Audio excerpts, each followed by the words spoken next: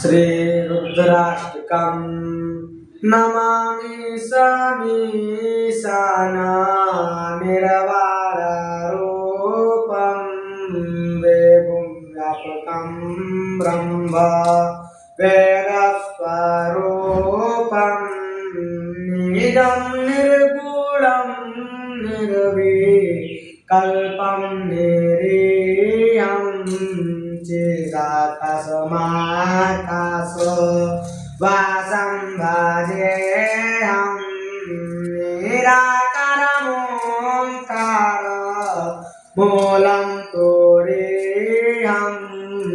गिरागणगोपिका मीशं गिरीशं कालं महाकाल कालं कृपालम्